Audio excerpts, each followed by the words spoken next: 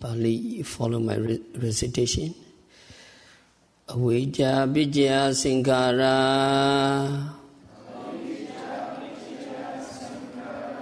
Sankara Vijaya Vijnanam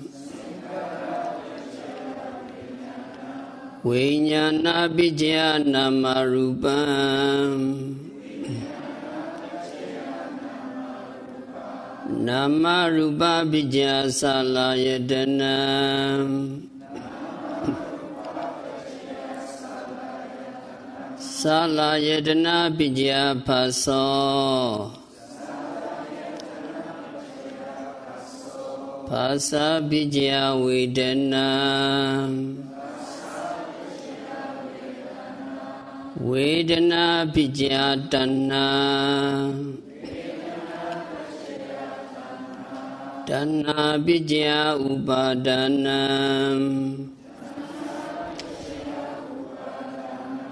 Upadana Vijaya Bhava Bhava Vijaya Jati Jati Vijaya Jara Maranam Soka Parideva Dukkha Domana Supayasa Sambhavanti Eva Medasa Kevalasa Dukkha Khandasa Samudaya Hodi. We recite together. Avijja Vijaya Sankara Sankara Vijaya Vijnanam Vijnana Vijaya Namarupam Namarupa Vijaya Sayādaw Sayādaw Vijaya Paso Pasa Vijaya Vedana Vedana Vijaya Tanna Tanna Vijaya Upadana Upadana Vijaya Bhava Bhava Vijaya Jati Jati Vijaya Jara Maranam Soka Parideva Dukkha Domana Supayasa Sambhavanti Eva Medasa Kevalasa Dukkha Khandasa Samudaya Hodi. So Lord Buddha discovered the dependent origination, Paticcasamuppāda. We also need to understand that Buddha practiced vipassana meditation on all 12 factors when he became the fully enlightened Buddha. So he did not practice on just one of the factors, not on just one mental or physical phenomenon. He practiced vipassana meditation on all 12 factors. Actually, all these 12 factors comprise all namarupa, all mind and body process. After his enlightenment, Lord Buddha sat under the Bodhi tree for 7 days.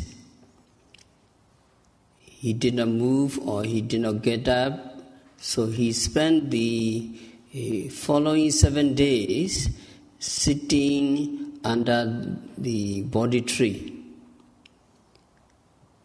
During the first night, he again contemplated the law of dependent arising in due order, that is anuloma, and also in the reverse order, that is patiloma ways. In due order means the positive aspect of this law, and reverse order means the negative aspect of this law. Positive order means the arising of phenomena. Because of this as a condition, some other things arises. This is called the anuloma way due order.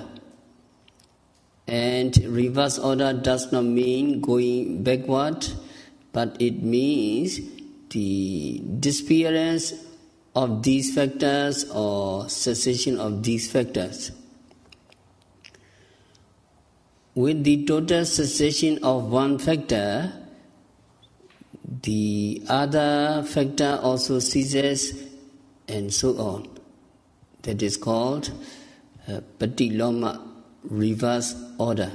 On the 7th night, he contemplated on Paticcasamuppāda again, and this time, during the first part of the night, he contemplated on the due order. During the second part of the night or the middle part of the night, he contemplated on the reverse order, and during the third watch or during the last part of the night, he contemplated on both the due order and the reverse order. After that, during the 45 years of his ministry, he taught the Paticcasamuppāda or law of dependent arising on many occasions. So Buddha was very familiar with the law of dependent arising, and so he taught this doctrine in many different ways. Sometimes Lord Buddha picked up the beginning, the first factor, that is avijja, and then went over to the other factors. So from the beginning to the end, sometimes he picked up something in the middle, and then he went to the end. Sometimes he picked up the end and went there backwards to the beginning. Or sometimes he picked up in the middle and went backwards to the beginning. So he was very skillful at this law of dependent origination, that he could teach any way that he liked or any way that would be beneficial to his disciple. When Buddha taught, he taught so that his listener could understand and attain enlightenment. That is why there are many ways and there are many methods of his teaching you can find in the Buddha's teaching. The Paticcasamuppāda is not easy to understand. It is a difficult doctrine. Buddha himself said that Paticcasamuppāda teaching is profound and looks profound. At one time, the Venerable Ananda, his personal attendant, said to the Lord Buddha, "Bhante, it is wonderful. Paticcasamuppāda is so profound and it looks profound. But to me, it seems very vivid.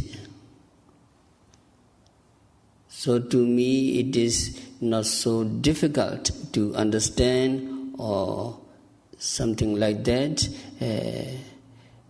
Venerable Ananda said to the Lord Buddha.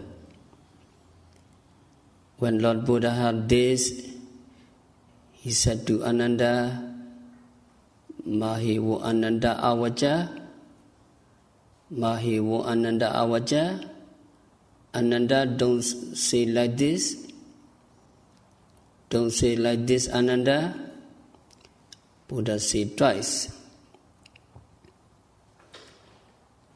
Don't say like this, Ananda. Don't say like this, Ananda. The Paticcasamuppāda looks profound and is profound as well.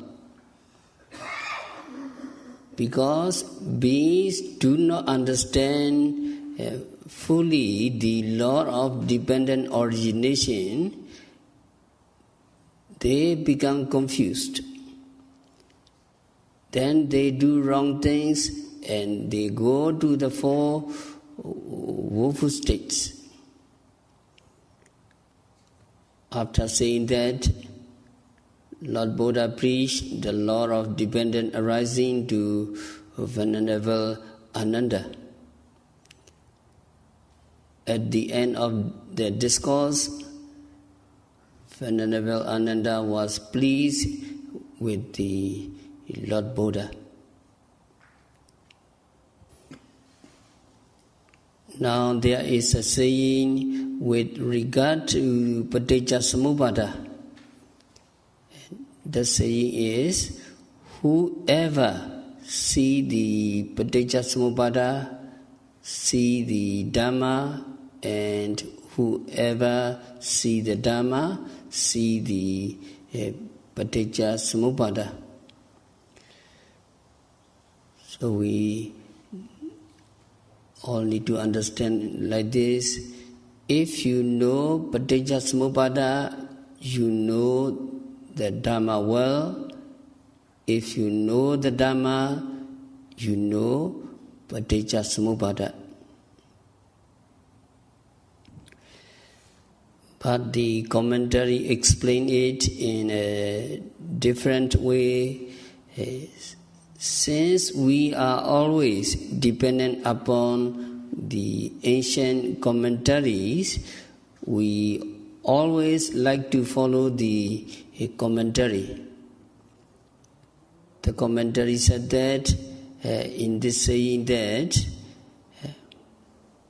Paticcasamuppāda just means the cause and Dhamma means the result. So, whoever knows the cause knows the result also, and whoever knows the result knows the cause also. We should understand it in that way, and not what we want it to convey or to mean. we should also understand that Paticcasamuppāda deals with mental and physical phenomena in living beings only. It does not deal with material phenomena outside living beings. We cannot find answer to relationships between outside things like trees, mountains, and so on. It deals only with living beings. But in Abhidhamma there is another teaching called Patthana. Patthana deals with everything with regard to living beings as well as outside things. So this doctrine of Paticcasamuppāda, dependent origination, deals only with mental and physical phenomena of living beings. And also, in order to understand this teaching, Paticcasamuppāda, we need to have knowledge of the fundamentals of Abhidhamma. So some of you who have desirable, some of you have considerable knowledge of the fundamental of Abhidhamma, and you will be able to follow the explanation.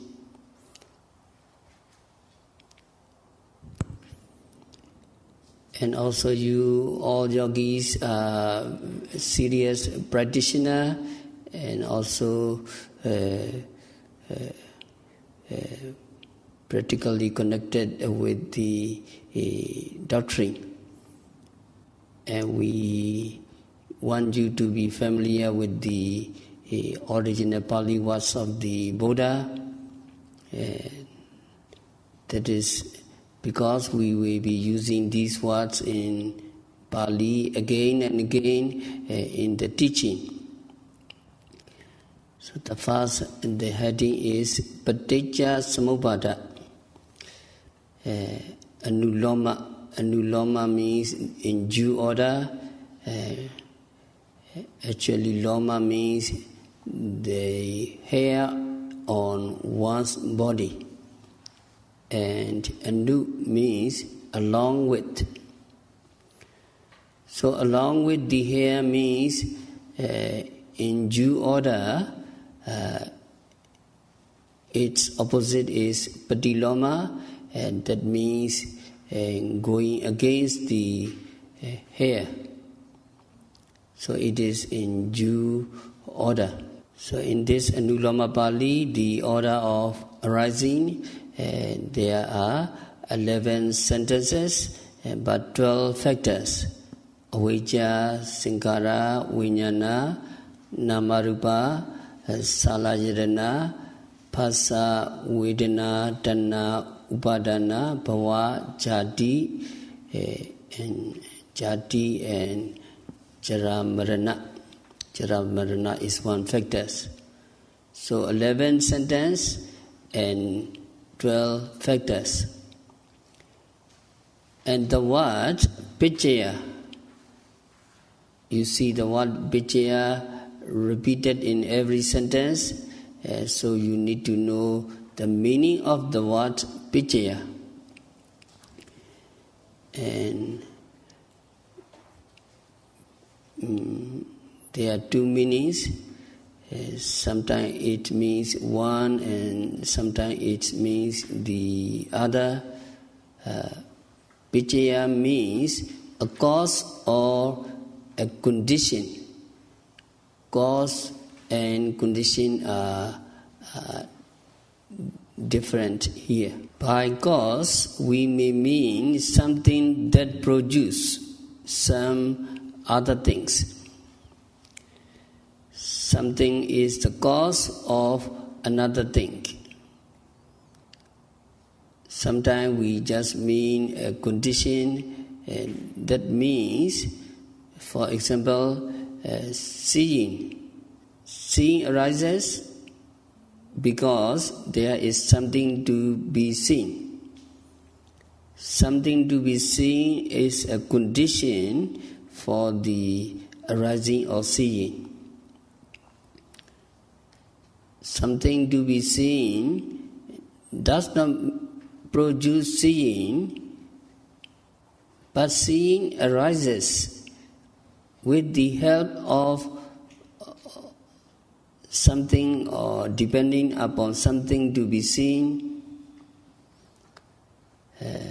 Something to be seen is a condition for the arising of seeing. Something to be seen does not produce seeing, but seeing arises with the help of something to be seen. That we call a condition. Sometimes it may be produced. So, Paticcasamuppāda has two meanings: producer or cause or condition.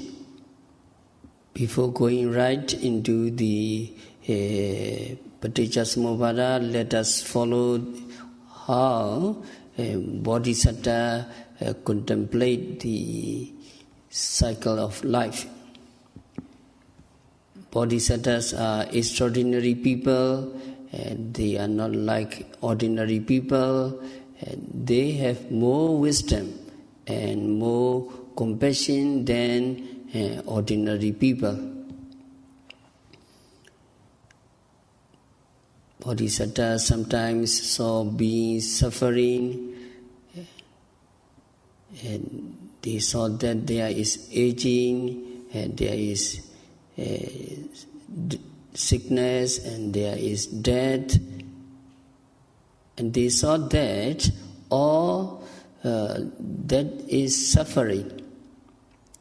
So they wanted to find a way out of this cycle of suffering. In order to find that way, they contemplated on what causes aging and death. What causes aging and death? It occurs to their minds that the causing of aging and death, the causing of jara and marana is jati. But because we were born as human beings, we have to suffer aging. From the moment we are born until at the moment we die. So we are always tormented by aging every second of our lives. Then at the end of our life, we will die. All this occurs because we were born as human beings. So, but as a human being is a cause of aging and death. In this way, the Bodhisattvas contemplate on this dependent origination. So they went backward. They take what is non-evident as a starting point. We know that we are aging. We surely know that we will die one day. We don't want to get old, we don't want to die, but we will die, and there is no way out. So if we want to get rid of this, we must understand what causes this. We should find the cause. And Bodhisattva found the cause as birth. The jati in our life, in this life, in one life, the birth in one life is the cause of jara and marana, aging and death in that life. So when we take birth, when we enter into our mother womb, we will surely to meet with aging and death. It is like putting our signature on a document or transition, complicated transition or complicated document. We already signed a document, complicated document of involvement in aging, sickness and death. We cannot run away. So jati, jara, marana, birth, aging, jara, marana, aging and death are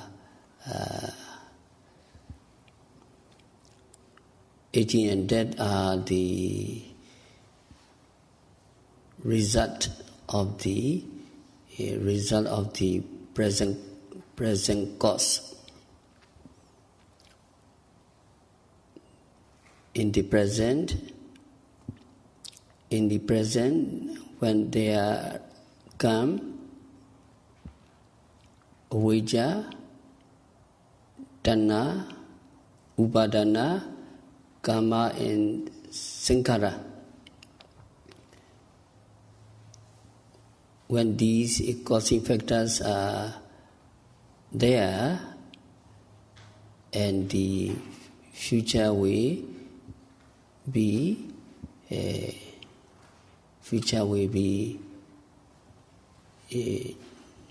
jati and jara marana.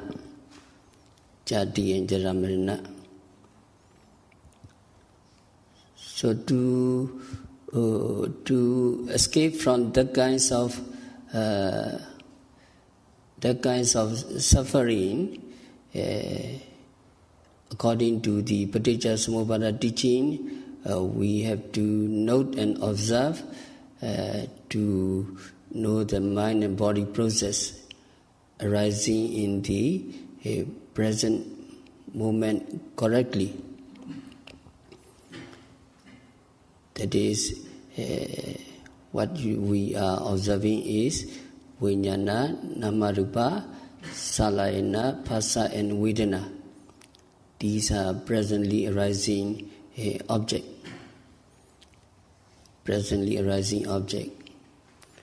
So look at your paper, page number 7C. Page 7C. So according to the teaching, a yogi should note and observe the mind and body process. That is presently arising object, present result. Present results are vijnana, namarupa, salayana, phassa, vedana. Here mentioned as mind and body process arising in the present moment correctly. Correctly means you need to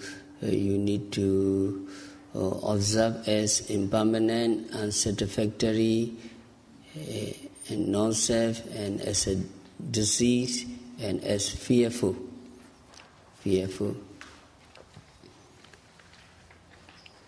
So can you follow me? In page number 7, C, the first sentence. The yogi should note and observe. The yogi should note and observe. So as to know the mind and body process. So as to know the mind and body process. Arising in the present moment correctly. Arising in the present moment correctly. The yogi should note and observe. The yogi should note and observe. So as to know the mind and body process. So as to know the mind and body process. Arising in the present moment correctly. Arising in the present moment correctly. The mind and body process.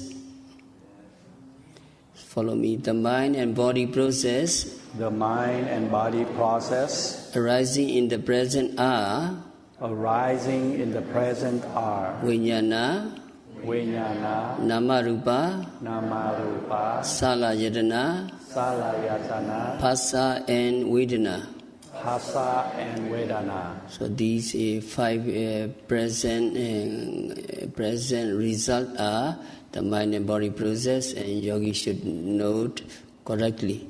So when we are not mindful, when we do not observe continuously, we will be ignorant and we don't understand the reality, true nature of the mind and body process. And then when there is avijja, there will come tanna, craving. And then there will come clinging. And then we will do some activities, that is kama bhava, evolutionary activities, that is sankara, and then there will come kama bhava. So these avijja, tanna, upadana, sankara, kama bhava are present causes to produce suffering. So long as we are ignorant, these causes will be produced, and then we will be suffering. We will have birth. We will be aging, and we will have death. So it is for the ignorant person and mindful person.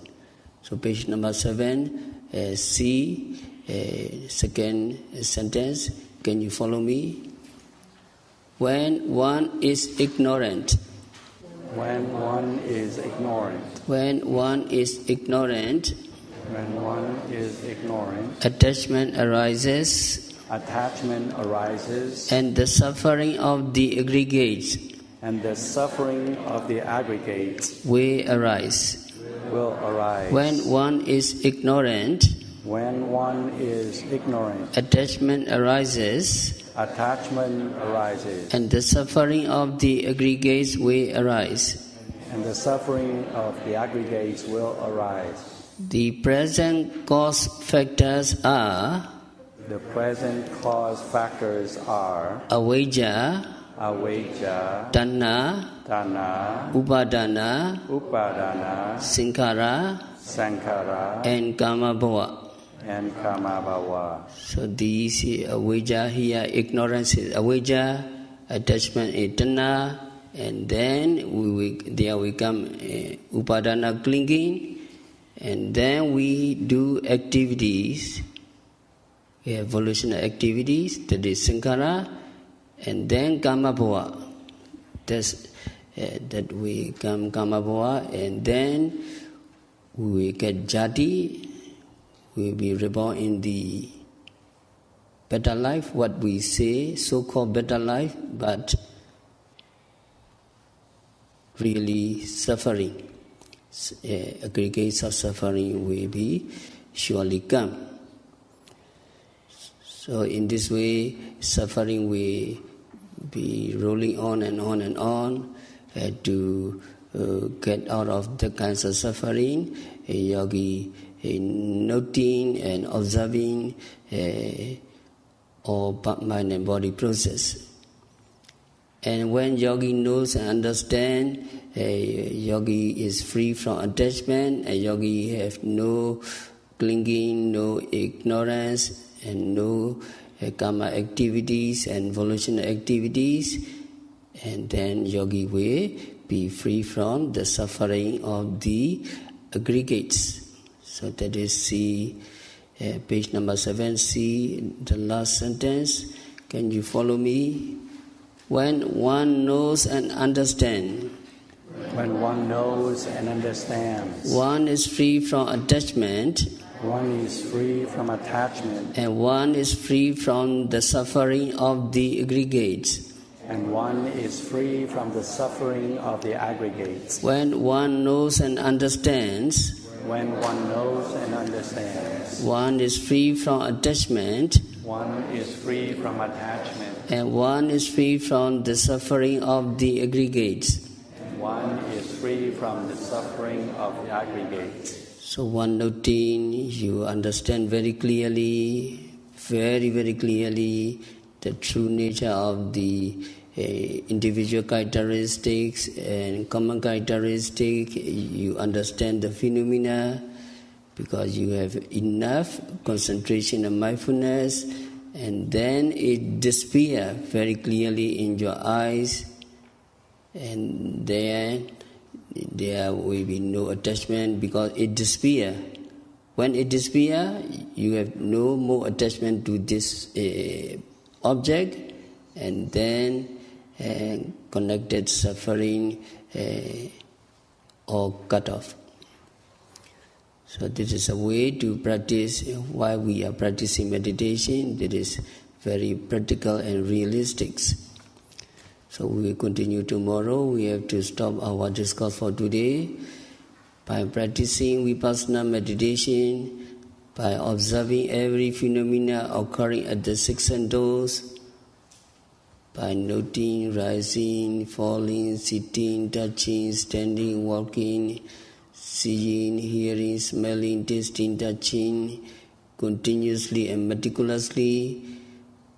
May all yogis be liberated from all suffering. May all yogis realize the real peace in the very near future.